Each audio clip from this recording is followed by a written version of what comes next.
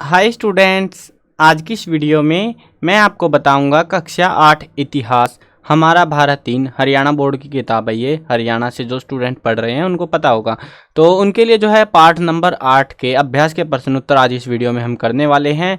पाठ का नाम है कंपनी की शोषणकारी नीतियां व उनका विरोध।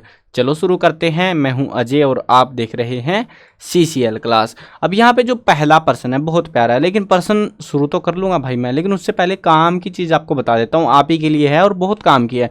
देखो, आपको हर एक चैप्टर के नोट्स, अभ्यास के प्रश्न उत्तर, महत्वपूर्ण प्रश्न उत्तर, MCQs, तो ये सारी चीज़ें आपको चाहिए रहती है प्रिपरेशन करने के लिए। तो ये सारी की सारी चीज़ें जो है वीडियोस की फॉर्म में भी मिल जाएगी, मतलब इनकी वीडियोस भी मिलेगी और साथ में आपको लिखे हुए भी मिलेंगे। तो ये दोनों लिंक आपको डिस्क्रिप्शन में मिलेंगे। जिनको डिस्क्रिप्शन का नहीं पता भाई, उनके लिए मैंने कमेंट में ऊपर ही पहली कमेंट देख लेना, वहाँ पर मिल जाएंगे ये लिंक आपको, ठीक है।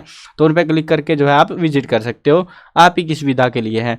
चलो अब शुरू करते हैं क्वेश्चन आंसर को। बहुत मज़ेदार क्वेश्चन है इस चैप्टर के, आओ याद करें भाई। मतलब पूरे चैप्टर में मेरे को सबसे प्यारा क्वेश्चन लगता है ये, मतलब जितने चैप्टर मैंने कराए हैं सबसे प्यारा क्वेश्चन पहला ही क्वेश्चन होता है, जो कि है आओ याद करें। क्योंकि इसमें कुछ नहीं करना होता भाई, लिटरली मज़ा आ जाता है, लेकिन याद तो करना ही पड़ता है, क्या करें। पहला पॉइंट है इसमें, और ये पॉइंट जो है ना काम के है, एग्जाम में पूछ लेते हैं बहुत बार, तो इसीलिए इनको याद कर लेना, ठीक है। अच्छे से याद करने हैं ये पॉइंट्स वगैरह, एक या दो नंबर के इनमें से क्वेश्चन बनाए जा सकते हैं, और जो कि एग्जाम में भी पूछने के चांसेस रहेंगे आपके। चलो पहला पॉइंट है, ईस्ट इंडिया कंपनी की स्थापना 1600 में लंदन में हुई थी। मतलब 1600 का जब टाइम आया था ना, सिर्फ उससे एक दिन पहले, कितना, 31 दिसंबर 1600, मतलब 1601 होने वाला था बस भाई, मतलब चंद सेकंड पहले बोले कि चल 0-0 ही रख लेते हैं, 0-1 लगा के तो स्टूडेंट परेशान हो जाएंगे ना, तो 1600 में कर दिए भाई, आखिरी दिन बिल्कुल। नहीं तो अगले दिन जो है नया साल मना लेते ये लोग, और फिर 1601 याद करना पड़ता आपको। फिलहाल 1600 में हो गई थी, ठीक है। क्लाइव ने 12 अगस्त 1765 को इलाहाबाद की संधि के अंतर्गत मुगल सम्राट शाह आलम द्वितीय से बंगाल, बिहार, उड़ीसा की दीवानी का अधिकार प्राप्त किया। अब ये जो है ना इलाहाबाद की संधि 1765 में हुई। ये बक्सर का जो युद्ध हुआ था सबको पता होगा, पिछले चैप्टर में जिक्र करा था हमने उस चीज़ का। तो उस युद्ध के बाद ये संधि हुई थी, और वहाँ उसके चलते जो है उन्होंने बंगाल पे कब्जा करा, और बाकी जो है बिहार और उड़ीसा से जो है इन्होंने कर लेने का अधिकार इकट्ठा कर लिया था। दीवानी जो है, बस ऐसे कहने को दीवानी है, अजीब सा लगता होगा आपको, ये जो है ना कर ले सकते थे उसके बाद से। कार्निवोलिस ने 1793 में बंगाल में स्थायी बंदोबस्त लागू किया था। थॉमस मुनरो ने मद्रास में रैयतवाड़ी व्यवस्था को लागू किया। आपसे पूछेंगे कैसे, इनमें से देखो ये पॉइंट काम किया है, किसने कौन सी व्यवस्था को लागू किया। आपसे ऐसे पूछेंगे कि स्थायी बंदोबस्त को किसने लागू किया, तो किसने लागू किया, कार्निवालिस ने किया, ऐसे बताना पड़ेगा आपको, ठीक है। Poverty and un British rule in India, ये जो किताब है ये दादा भाई नरोजी ने धन निष्कासन पर सिद्धांत प्रतिपादित किया। इस किताब के अंदर इन्होंने बताया था कि इन्होंने, अंग्रेजों ने कैसे देश का पैसा लूट लूट के अपने देश में भर लिया है। तो ये किताब थी poverty and un British rule in India, ठीक है। चलो आगे बढ़ते हैं। इंग्लैंड सरकार ने 1813 में चार्टर एक्ट के अनुसार ईस्ट इंडिया कंपनी के व्यापारिक एकाधिकार को समाप्त करके स्वतंत्र व्यापार करने की नीति को प्रचारित किया था। भारत में पहली रेल लॉर्ड डलहौजी के समय में मुंबई से ठाणे के बीच चलाई गई थी। ये बहुत ज़्यादा इंपॉर्टेंट पॉइंट है 1 मार्क्स के हिसाब से, कि पहली बात तो आपसे क्वेश्चन कैसे पूछेंगे कि सबसे पहली रेल किसने चालू करवाई, तो किसने करवाई, लॉर्ड डलहौजी ने। कहाँ से कहाँ तक चली थी, मुंबई से ठाणे तक चली थी वो, ठीक है, पहली ट्रेन। 1855 से 56 में छोटा नागपुर के संथालों ने सिद्धू व कान्हो के नेतृत्व में अंग्रेजों के विरुद्ध भयंकर संघर्ष करा, लड़ाई मचा दी थी इन्होंने, बहुत बड़ा बवाल मचाया था। चलो कोई ना, वो उनकी इच्छा थी भाई। अब अगला प्रश्न आता है, खालिस्तान भरिए, रिक्त स्थान भरिए भाई, रिक्त स्थान भी भरने होते हैं। ये बहुत प्यारा क्वेश्चन है, क्योंकि इसके blank, fill in the blank जो है ऐसे ही है, काम चलाओ बस, ठीक है। तो देखो यहाँ पे 3 फिल इन द ब्लैंक है, एक ही में भाई रुला रहे हैं। तो अंग्रेजों ने भारत में खालिस्तान, फलाना खालिस्तान और खालिस्तान भू राजस्व नीतियाँ अपनाई थी। तो इन्होंने कौन कौन सी थी, इनको जो है ना आप सोचोगे भाई ऐसे स्थाई, फिर रैयतवाड़ी, फिर महलवाड़ी, ऐसे लिखो, आगे पीछे कर सकते हो, कोई दिक्कत नहीं है, ठीक है ना। मतलब ऑप्शन ऐसे फिक्स नहीं है इनके, क्योंकि भाई 3 है, आगे पीछे कर लो, कोई फर्क नहीं पड़ता। जैसे मान लो अंग्रेजों ने भारत में स्थायी बंदोबस्त, रैयतवाड़ी व्यवस्था, यहाँ पे आएगी रैयतवाड़ी, और यहाँ पे आएगा स्थायी बंदोबस्त, और महलवाड़ी व्यवस्था को इन्होंने भू राजस्व नीतियाँ अपनाई थी। ये 3 नीतियाँ इन्होंने अपनाई थी। आप इनको ऐसे आगे पीछे कर लेना, मर्जी है आपकी। अंग्रेजों ने भारत में महलवाड़ी, फिर आप लिख दो स्थायी बंदोबस्त, फिर रैयतवाड़ी, को आगे पीछे कुछ भी करो भाई, आंसर सेम ही रहेगा, ठीक है, उत्तर ठीक रहेगा आपका। अगला जो प्रश्न है वो है धन निष्कासन के खालिस्तान और खालिस्तान साधन थे। धन निष्कासन के बहुत सारे साधन थे और उनमें से आपको किसी दो का नाम बता देना है जो उनसे भी याद आए। चलो हमने लिख दिया आसान से, गृह प्रभार और वेतन, तनख्वाह देते थे, ये दो बड़े साधन थे। भारत में अंग्रेजों की शोषणकारी नीति के कारण बार बार खालिस्तान आए। क्या आए? आंदोलनकारी आए, लोग आए वो जो उनको पेलना चाहते थे अंग्रेजों को। 1857 भारत का पहला महान स्वतंत्रता संग्राम था। ठीक है, महान स्वतंत्रता, सबसे बड़ी स्वतंत्रता उस टाइम मानी गई कि बहुत बड़ा आंदोलन था। प्लासी का युद्ध खालिस्तान में लड़ा गया 1757 में। देखो मैंने पिछले चैप्टर में, अगर जो स्टूडेंट पिछला चैप्टर देख के आए कमेंट में बताना मेरे को, तो उनको मैंने बताया था कि भाई प्लासी के युद्ध की तारीख जरूर याद करनी है। और जिसने करी होगी वो तो भाई बोलोगे यार मज़ा आ गया भाई, वापस से वही क्वेश्चन मिल गया। देखो ये प्लासी के युद्ध की तारीख याद कर लेना, बाकी इसके जो ये वाले हैं ना, ये याद करने की कोई ज़रूरत नहीं है क्योंकि काम के है नहीं, फालतू फंड में दे रखा है ये। ठीक है, आपकी प्रैक्टिस हो जाती है, कोई दिक्कत नहीं, बट काम नहीं आने वाले इसके फिल इन द ब्लैंक बिल्कुल भी। मिलान कीजिए, मिलान करना आपको आता है, बहुत आसान है। रैयत, धन निकास, औद्योगिक क्रांति, बक्सर का युद्ध। किस किस को याद है? पिछले चैप्टर में बताया था बक्सर का युद्ध याद रखना है, 1764, सबको याद होगा? हाँ जी बिल्कुल सबको याद है। अब उसके बाद रैयत, रैयत को जो है रैयतवाड़ी, रैयत क्या होते हैं? किसान, किसानों को लेके जो है एक व्यवस्था लागू की गई थी जिसका नाम रखा गया रैयतवाड़ी व्यवस्था। धन निकास के ऊपर एक किताब लिखी गई थी जो कि हम स्टार्टिंग में पढ़ के आए ना, poverty and un British rule in India, तो वो वाली किताब जो थी वो दादा भाई नौरोजी ने लिखी थी धन निकास के ऊपर। औद्योगिक क्रांति इंग्लैंड में आई थी और उसका चलता भारत से पैसा लूटा गया बाद में। ठीक है, चलो अब प्यारे प्यारे क्वेश्चन, बड़े बड़े क्वेश्चन, आइए विचार करते हैं, सोचते हैं थोड़ा सा इनके ऊपर भी। इतने छोटे, देखो भाई इसमें मज़ा नहीं आया ना तुमको, फिर क्या ही बोलूँ मैं, मतलब इतने छोटे छोटे बना रखे मैंने अभी बार, तो मज़ा आ जाना चाहिए। जिसको मज़ा आए ना लाइक कर देना, इससे छोटा बनेगा भी नहीं फिर मत फिर ये मत बोल देना भाई कि एक लाइन में कर दो या वन वर्ड में। चलो देखते हैं, बहुत ही प्यारे प्यारे क्वेश्चन है इस चैप्टर से। भारत में कंपनी राज में प्रचलित विभिन्न भू राजस्व व्यवस्था के क्षेत्रों के बारे में बताइए। हमको क्या बताना है? देखो समझो, हमको जो है व्यवस्थाओं का पता है, कई सारी व्यवस्थाएं, स्थायी बंदोबस्त, इस्तमरारी, महालवाड़ी, है ना। तो ये जो व्यवस्थाएं थी इनकी भू राजस्व व्यवस्था कैसी थी, जमीन कहाँ किसको कहाँ पर लागू किया गया था, वो हमको बताना है। थोड़ा सा अजीब सा क्वेश्चन है, बट ये एग्जाम में तो नहीं आने के चांसेस लगते हैं मेरे को, क्योंकि बड़ा ही अजीब सा क्वेश्चन है, बट कोई ना, फिर भी लिखना तो पड़ेगा भाई। अब एनसीआर इसके जो है हरियाणा बोर्ड की जो किताब है तो इसके अंदर से तो मतलब पर्सन दे रखा है अभ्यास में, तो अभ्यास के लिए तो टेपना ही पड़ेगा वो। चलो देखते हैं क्या लिखना है। भारत में स्थायी बंदोबस्त जो है बंगाल, बिहार, उड़ीसा, बनारस और उत्तरी मद्रास के कुछ जिलों, यानी कि कह सकते हैं कि ब्रिटिश भारत के 19% भाग पर लागू किया गया। रैयतवाड़ी बंदोबस्त को बम्बई, असम, सिंध, कुर्ग, बरार, अंडमान निकोबार जैसे ब्रिटिश भारत के लगभग 51% भाग पर लागू किया गया। महालवाड़ी व्यवस्था संयुक्त प्रांत के कुछ भाग, मध्य प्रांत और पंजाब में, अर्थात ब्रिटिश भारत के लगभग 30% भाग पर लागू की गई थी। तो इस तरीके से ये तीन व्यवस्थाएं ऐसे बांटी गई थी। अब आपको सिंपल तरीके से समझाता हूँ, प्यारे तरीके से, जिससे आपको याद भी रह जाए।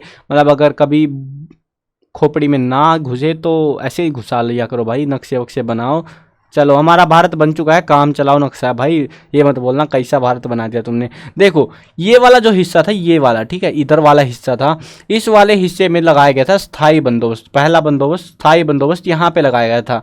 उसके बाद में जो है रैयतवाड़ी बंदोबस्त जो है इधर वाले हिस्से में, ऐसे यहाँ वाले हिस्से में, मतलब ये इतना सा नहीं है, आप सोचो भाई इतने से में ही है, मतलब यहाँ पे कुछ आइलैंड्स भी थे यहाँ पे, है ना, तो इधर वाले में भी लगाया, इधर नीचे वाले में भी, मतलब काफ़ी बड़े से में इसको लगा दिया गया था। और बचा हुआ हमारा कौन सा है भाई, कहाँ घूम गया तो, महालवाड़ी व्यवस्था। तो ये महालवाड़ी व्यवस्था इधर वाले हिस्से में लागू करी गई थी, ठीक है। तो ऐसे पूरे भारत में इन्होंने ये तीन व्यवस्थाएं बड़े तौर पे लागू करी थी। अब अगला प्रश्न जो आता है वो है हमारा धन निकास के साधनों को जाने, यानी कि धन निकास के साधन, हमने जो है फिल इन द ब्लैंक करा था अभी थोड़ी देर पहले, जिसमें मैं बता रहा था कि धन निकास के साधन कौन से थे। नहीं याद आ रहा है क्या यार? ये दिखा देता हूँ यार तुमको याद ही नहीं आता बिल्कुल भी। देखो धन निकास के खालिस्तान और खालिस्तान साधन थे, तो वही तो है ये सेम क्वेश्चन, धन निकास के साधनों को जाने। अब इनमें से आपको कोई से दो याद करने हैं, उसके लिए अगर करने हैं तो वैसे तो काम का लगता नहीं मेरे को। तो धन आपसे जो है ना, इसमें से क्वेश्चन कैसे पूछेंगे कि भारत से धन निकासी कैसे की गई, तो उस केस में आपको पता होना चाहिए कि भारत से धन निकास जो है ना वेतन, युद्ध पर खर्ची, गृह परिवार, सेना पर खर्च के रूप में इंग्लैंड भेजा जाता रहा। तो इस तरीके से जो है पैसा भारत का धन का जो है भारत के धन का निकास होता रहा।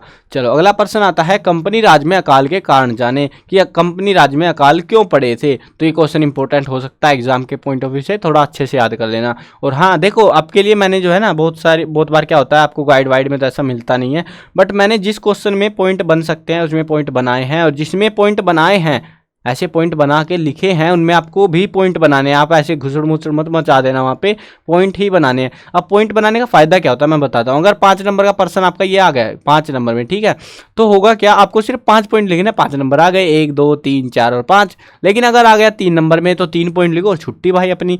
तो ऐसे आप इजीली स्कोर कर सकते हो। नहीं तो घुसड़ मुसड़ में जो है 3 नंबर का आपने भले ही सारे पॉइंट ऐसे लिख दिए इकट्ठे बिना पॉइंट के, तो 5 नंबर के पॉइंट में भी आपको 4 ही नंबर देंगे, क्या पता 3 दे दे, तो वो दिक्कत रहती है। इसीलिए पॉइंट बना रखे हैं जहाँ पे, वहाँ पे पॉइंट बना के ही लिखने हैं आपको भी। चलो अभी हम कारण जानते हैं कि अकाल पड़े क्यों थे। अकाल समझते हो ना, भूखमरी हो गई, मतलब गरीबी है, बुरा हाल मान सकते हो, बहुत बुरे वाला हाल। तो वो क्यों हुआ था, कंपनी राज में सभी हस्तशिल्प उद्योगों का पतन हो गया। क्यों हो गया, क्योंकि अंग्रेज भाई उन्होंने अपना धंधा पानी चला लिया और भारत वालों का चौपट कर दिया। तो हस्तशिल्प क्या होते हैं, हाथ से जो सामान बनाते छोटे मोटे, तो वो जितने धंधे थे वो सारे बंद हो गए, जिसके कारण बहुत सारे लोगों का रोजगार छिन गया। कंपनी राज के कारण भारत में औद्योगिक क्रांति नहीं आ पाई। औद्योगिक क्रांति इंग्लैंड में आई थी और वहां से सारा सामान वो भारत में ला के बेचते रहे, जिसके कारण भारत में जो है फैक्ट्रियां और ये जो मशीनें वगैरह हैं ये नहीं आ पाई और इनकी तरक्की नहीं हो पाई, क्योंकि भाई बनाने नहीं दे रहे किसी को, सबका धंधा पानी चौपट कर रखा था। कंपनी राज में बहुत सारी शोषणकारी नीतियां लोगों पर लागू की गई, यानी कि शोषणकारी नीतियां जैसे कि ये जमीन की नीति अलग, फलाना ढिमक्का करके टैक्स और ये चीज़ें अलग अलग तरीके से जो है लोगों को लूटा जा रहा था। भारत से धर्म लगातार, धन आएगा यहाँ पे, धर्म लिखा हुआ भाई क्या ही करे, ठीक है कोई ना, हो जाती है गड़बड़ हो जाती है। भारत से धन लगातार इंग्लैंड भेजा जाता रहा और इस धन निकाल के कारण निकास आएगा यहाँ पे भी, ठीक है। ये हो जाता है यार, हिंदी है ना, हिंदी लिखते टाइम हो जाता है, मैंने खुद ही अपने शुभ हाथों से लिख रखा है इसको। तो भारत से धन लगातार इंग्लैंड भेजा जाता रहा और इस धन निकास के कारण भारत में अकाल की स्थिति पैदा हुई। क्या हुआ, पैसा कमजोर हुआ और लोगों के पास पैसा बचा ही नहीं। कंपनी राज में भारत में अपनाई गई भू राजस्व नीतियां कृषकों के लिए विनाशकारी सिद्ध हुई थी। मतलब जो कि नीतियां जानते हो ना, 3 नीतियां थी, वो तीनों नीतियां आपको पता होनी चाहिए। वो इस चैप्टर के मोस्ट इंपॉर्टेंट पॉइंट आपके, कि वो जो 3 नीतियां थी, स्थायी बंदोबस्त, मरारी और फलाना दिमक्का बंदोबस्त, तो ये सारे 3 बंदोबस्त है और तीनों के तीनों आपको पता होने चाहिए कि क्या था उनके अंदर, ठीक है, कहाँ लागू करे गए और वो उनमें था क्या, उनकी पॉलिसी के तहत क्या होना था, ठीक है। तो वो याद करने हैं, वो बहुत ज़्यादा इंपॉर्टेंट है इस चैप्टर से। तो चलो बाकी मैंने इंपॉर्टेंट क्वेश्चन की वीडियो बना भी रखी है, तो वो याद कर लेना, वो पढ़ लेना, आराम से हो जाएंगे, आपको कोई दिक्कत नहीं आने वाली। चलो अगला प्रश्न देखते हैं, भारतीय शिल्पकारों और कारीगरों के अंग्रेजों से प्रतिरोध के मुख्य कारणों पर वर्णन कीजिए। कि भारत के जो शिल्पकार और जो कारीगर लोग थे ये अंग्रेजों से क्यों दुखी थे, क्यों इनका विरोध करते थे, वो कारण हमको बताने हैं। अंग्रेजों की शोषणकारी नीतियाँ, बहुत सारे कारण थे, पॉइंट बना के रखे हैं, आपको भी वैसा ही लिखना है। अंग्रेजों की शोषणकारी व्यापारिक नीतियों से लोग परेशान आ चुके थे। 1769 में कंपनी ने बंगाल में कच्चे रेशम की पैदावार को बढ़ावा दिया, लेकिन सिल्क से तैयार माल पर प्रतिबंध लगा दिया, जिसके कारण सारा मुनाफा कंपनी को हुआ और लोग कर्जे में डूब गए। कंपनी के विभेदकारी कानूनों से भारतीय हस्तकलाएं नष्ट हो गई और इनका स्थान ब्रिटिश सामग्री ने ले लिया था। यानी कि भारतीय कलाएं समझते हो ना, जो हाथों से छोटे मोटे सामान बनते हैं, वो सारा काम धंधा लोगों का बंद कर दिया। लोगों के पास बिना व्यवसाय के धन की कमी होने लगी और भूखे मरने की नौबत आ गई। भाई मरेंगे हम तो भूखे। ये वाला क्वेश्चन मोस्ट इंपॉर्टेंट इस चैप्टर का, जरूर मतलब कुछ याद करो ना करो ये जरूर कर लेना, ठीक है। स्थायी बंदोबस्त के गुण और दोषों का वर्णन कीजिए।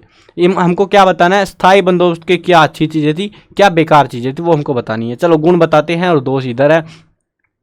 स्थायी बंदोबस्त में गुण क्या थे, कंपनी को बहुत फायदा हुआ। अब इसका फायदा हुआ है तो किसान कर्जे में डूब गए, भाई किसानों पे पड़ा वो सारा बोझ। कंपनी को निश्चित तारीख पर एक अच्छी धनराशि प्राप्त होती थी। अब इधर जो है कंपनी को धनराशि निश्चित तारीख तक देना ही पड़ता था। निश्चित जो धन था ना वो पैसा, अब इनको तो टाइम से मिल जाता था लेकिन इनको तो देना पड़ता था, इनको तो मजबूरी आ रखी थी, तो ये इसकी दिक्कत थी। कंपनी का जमीन पर नियंत्रण बढ़ता जा रहा था क्योंकि लोग पैसा ही नहीं दे पा रहे थे, तो कब्जा बढ़ा रहे थे वो।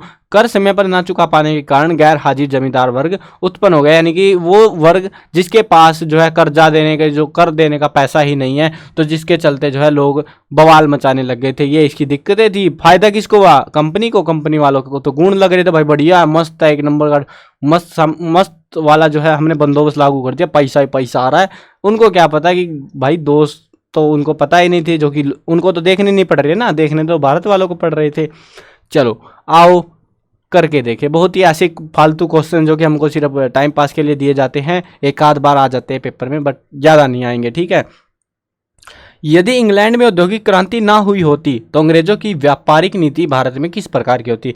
औद्योगिक क्रांति से हुआ क्या कि भारत से जो सामान इंग्लैंड या दूसरे देशों में भेजा जाता था बना हुआ सामान, तो अब उल्टा हो गया। अब बाहर से सामान जो है बना हुआ सामान इंग्लैंड से भारत आने लगा और भारत से कच्चा माल जाने लग गया वहाँ पे। अब ऐसे मामले में जो है अगर ऐसा हुआ ही नहीं होता तो क्या होता? यदि इंग्लैंड में औद्योगिक क्रांति ना हुई होती तो अंग्रेज भारत के साथ व्यापार करते रहते, जिससे भारतीय और अंग्रेज दोनों को मुनाफा हो रहा होता, भारत से धन निकास होता ही नहीं। फिर सीधी बात, नो बकवास, है ना।